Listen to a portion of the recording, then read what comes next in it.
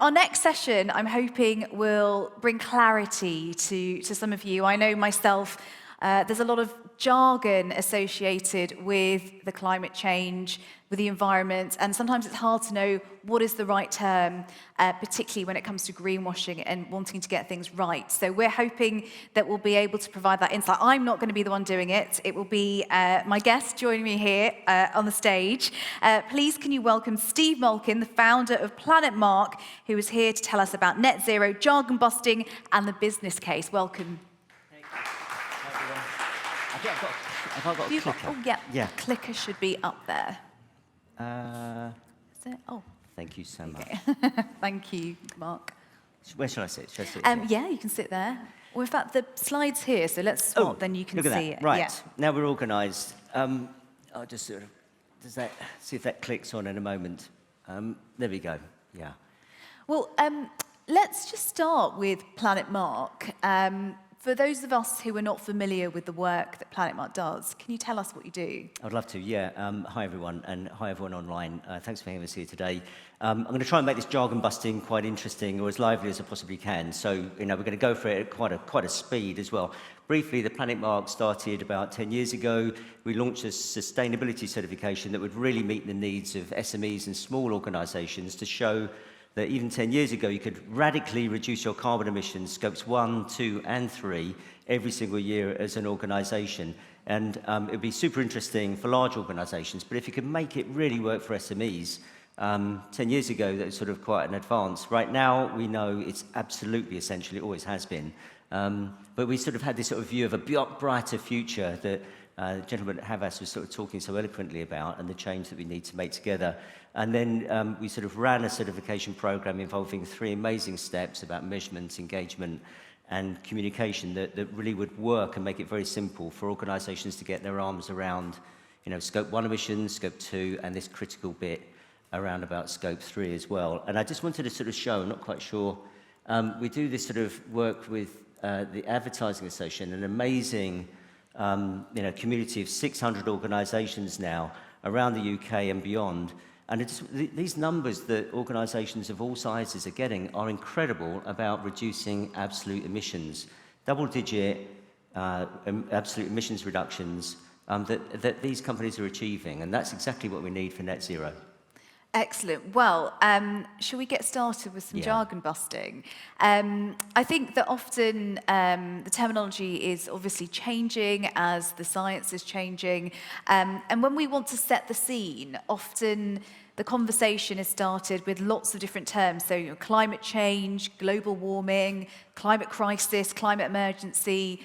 When is the right time to use these phrases so that we're not just kind of bandying them about? I think I'm a bit of a visual learner, so I'm going to use some slides here that might help us a bit. So we know that we're in a climate crisis right now. It's fueled by our global warming. This graph we often use is this beautiful sort of state between glacial, interglacial, parts per million, carbon in our atmosphere. And we can see that this huge spike that we're creating after the industrial and through the industrial revolution is kind of where we are now. So this is sort of fueling our sort of global warming. And then if you're sort of looking beyond that in these great climate stripes that we can communicate the warming in the atmosphere, we use a lot from Ed Hawkins, sort of show us that we must limit our global warming to 1.5 degrees. So, and then overlay the visuals that you might choose to use. The most recent graph here is about our sort of increase in global average temperature. And then just, with a view to the definitions of what to use and when, particularly around net zero, it's worth noting that, we're over at COP at the moment. And at the centre of COP, we're going to be, further defining exactly what net zero is. And that's something that, with the Advertising Association, we're hoping to bring back into place so that every organisation understands what's the definition of net zero, what does it mean to them. And we here might be in that sort of rarefied atmosphere of we kind of know what's going on. But when you start to communicate to supply chain or downstream to organisations that are in your scope 3, not everyone is up to speed with us here, and we must recognise that and take them on this sort of educational journey with us. And, you mentioned obviously the supply chains, but also consumers, because that's something that we've been speaking about earlier today, that we might know what these terms mean, but often consumers, they might do, but it needs to be reinforced. But let's start with net zero. Yeah. Can you clarify the meaning of net zero for any of us who are a bit unsure? Sure thing. So if we just use 2 slides for this one, if that's okay. Yeah. So the first slide is, this is the sort of definition of net zero, sort of condensed. There's a few definitions out there. What we're trying to do is bring it all together into one space. So the net zero occurs when your total GHG, greenhouse gas emissions, released into the atmosphere, the total that you release is equal to the amount that you are removing from the atmosphere annually. And that, this is this sort of equal, this is this balance that sort of underpins net zero. You go, okay, well, that's sort of the broad definition. Then what does it mean in practice? Well, the Science Based Target Initiative helped us with a definition last year and a standard to support it, which is so vital for us to be reporting in a consistent and like-minded way. And what this meant was that, in actual fact, your total emissions need to reduce by the latest 2050 by 90%. Yeah, so total emissions are going to be down by now. And we've heard in here, in the room, just from the previous panel, that 2025, 2030 could be great targets for your end game of that, your net zero. But this is the outside bit. So 2050, 90% of your emissions need to reduce. But there's a near-term target you need to hit as well, which is 50% of your emissions must be reduced by 2030.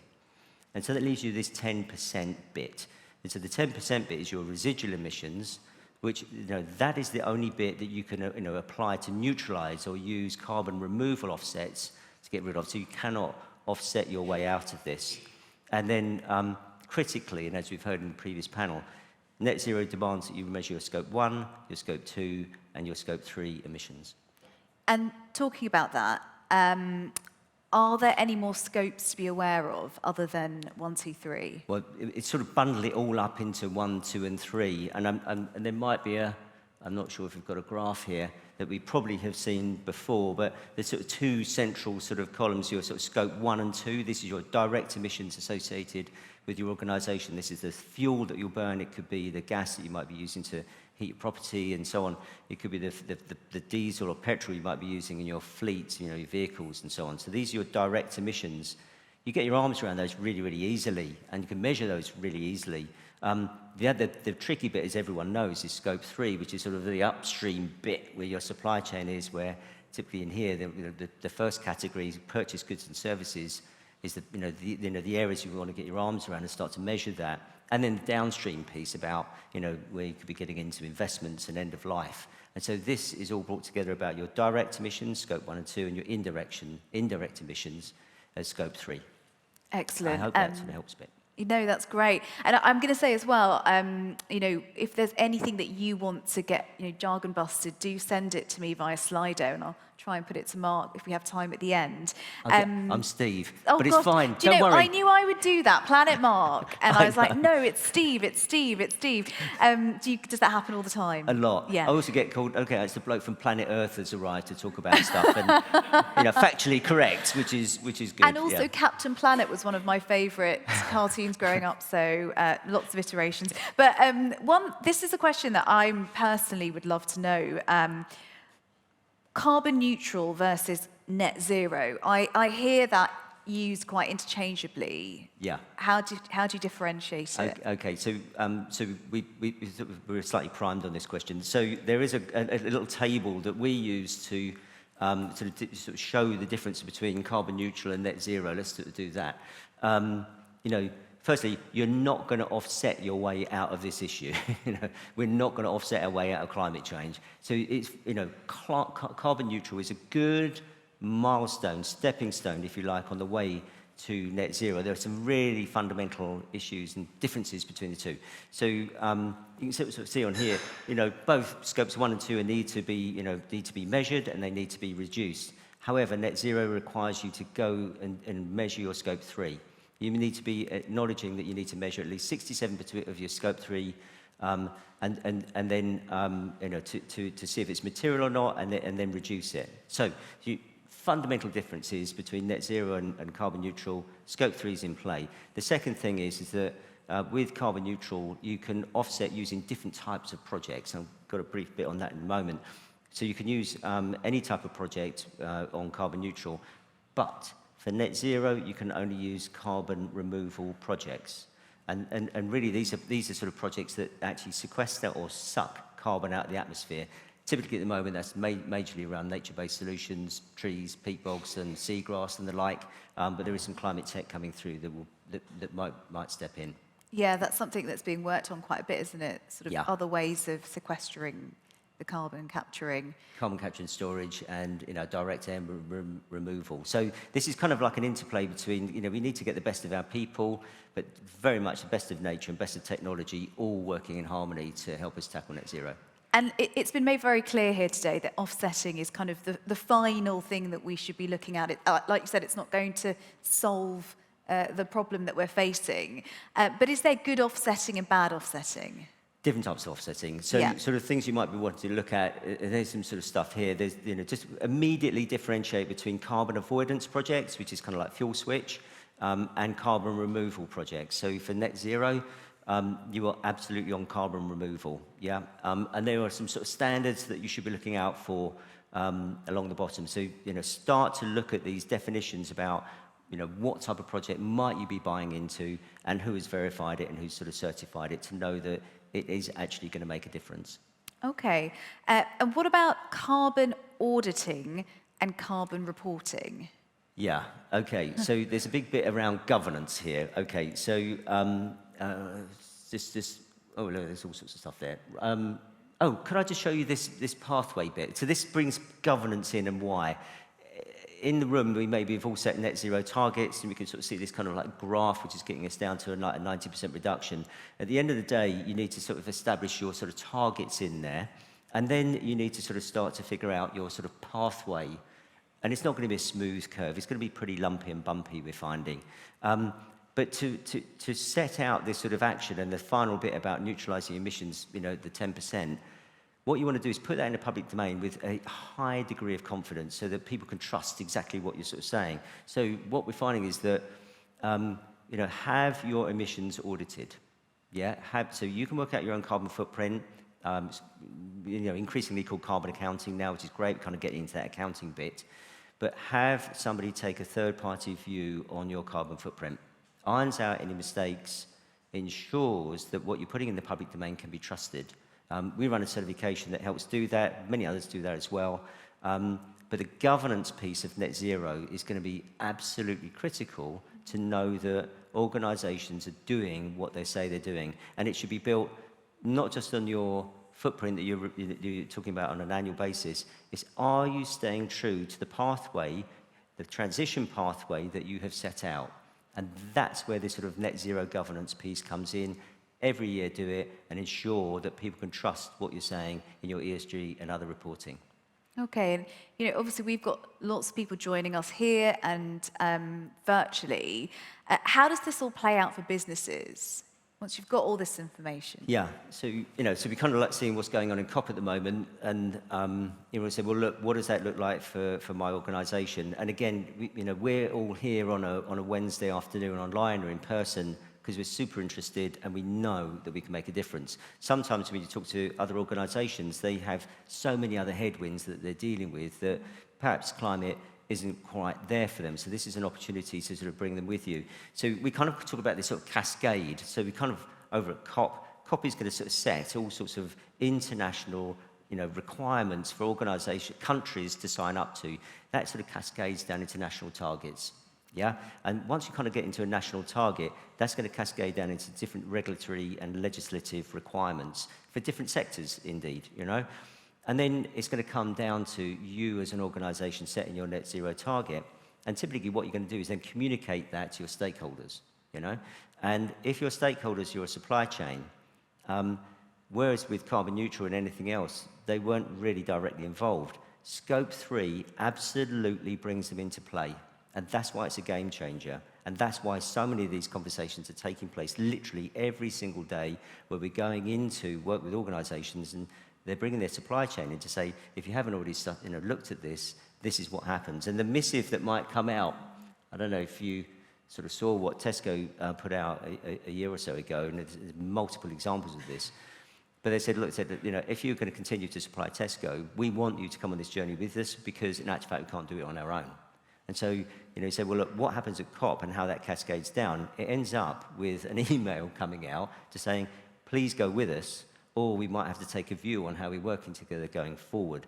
And this is this sort of cascade that we're sort of seeing going into practice.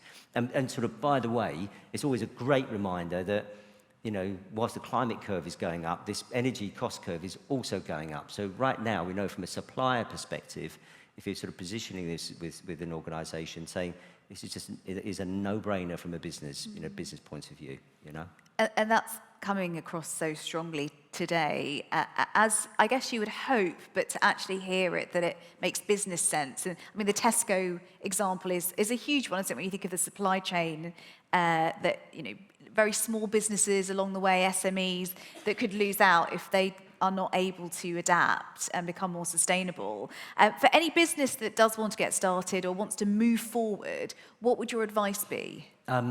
So first of all, what we're super keen on making sure that everybody really buttons down is the business case, because and it's really obvious, and we're all here because we probably completely understand the business case.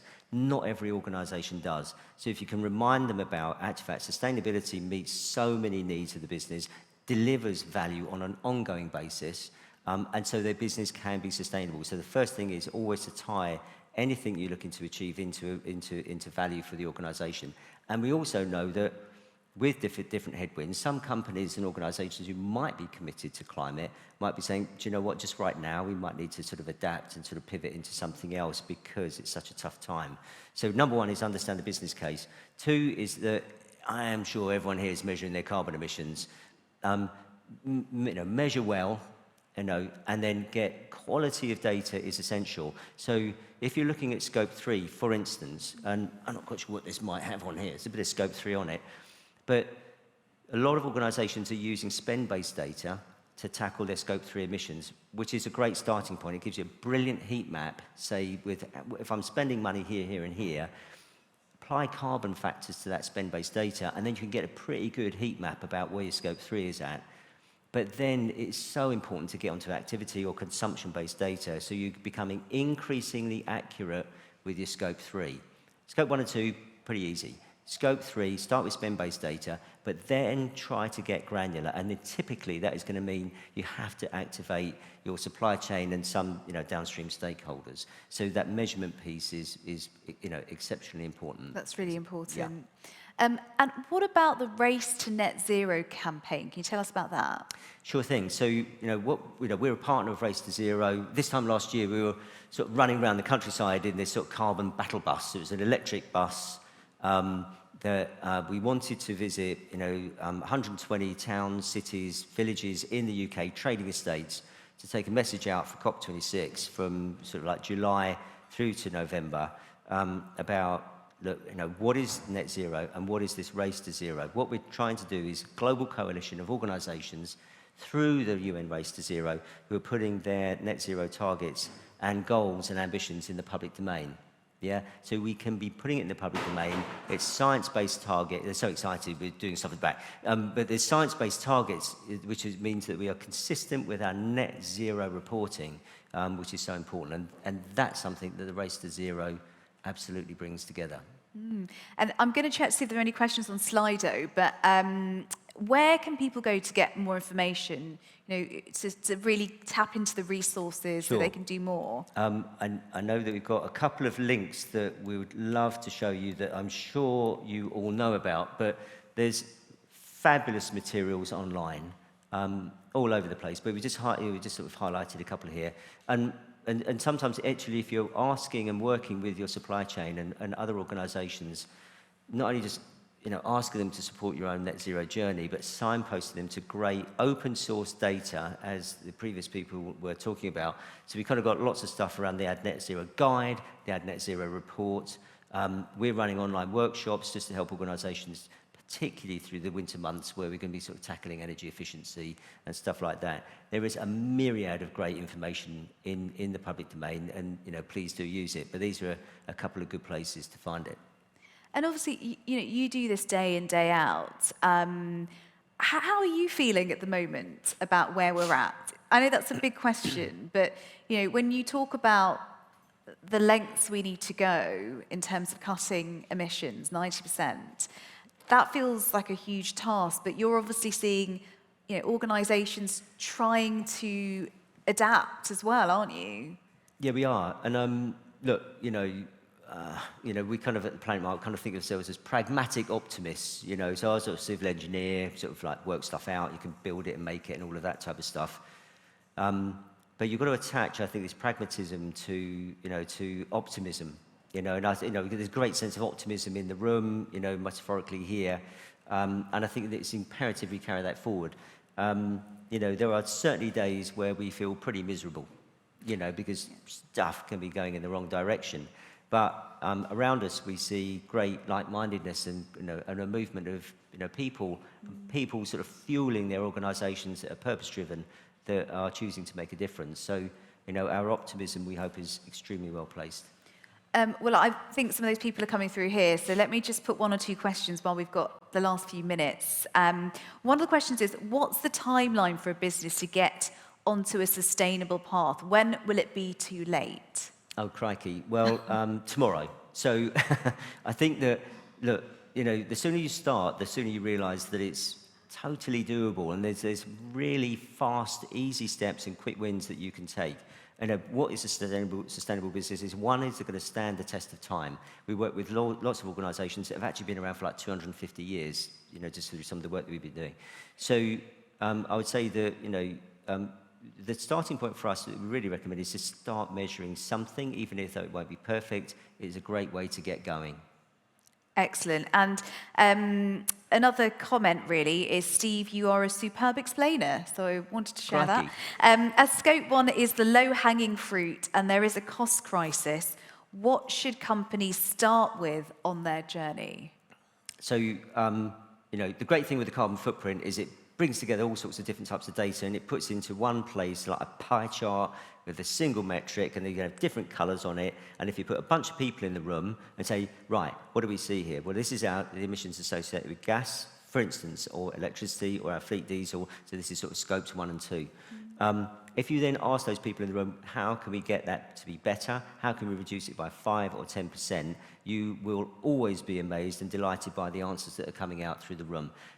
These are the quick wins that we have to sort of say, look, decarbonising your fleet actually is one of your quick wins. There's software packages out there you can use right now, or your hire purchase companies will use them to look at your fleet and then decide, in actual fact, these are quick wins about where you can swap vehicles out, or not use vehicles at all. So at the moment, we have never, ever seen a better ROI, return on investment, on your energy-saving activities, be it through fleet or through your buildings.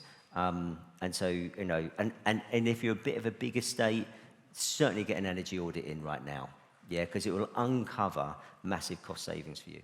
Thank you, Steve. Just one or two more questions left. And thank you so much for all the questions that are coming in. Does Steve think that Google and all switching to renewable energy solves the issue of their massive digital carbon footprints? And we've been talking about this today, about renewable energy, but also how much energy is required in terms of the digital carbon footprint. Crikey. So we know that actually, renewable energy is a massive, it moves the, it's the first thing you should be doing is buying renewable energy, I don't think it solves everything. So, and I'm not quite sure what Google's footprint might look like, but if all of the data centers are being powered out of renewable energy, then that is an absolute sort of game changer and totally moves the dial.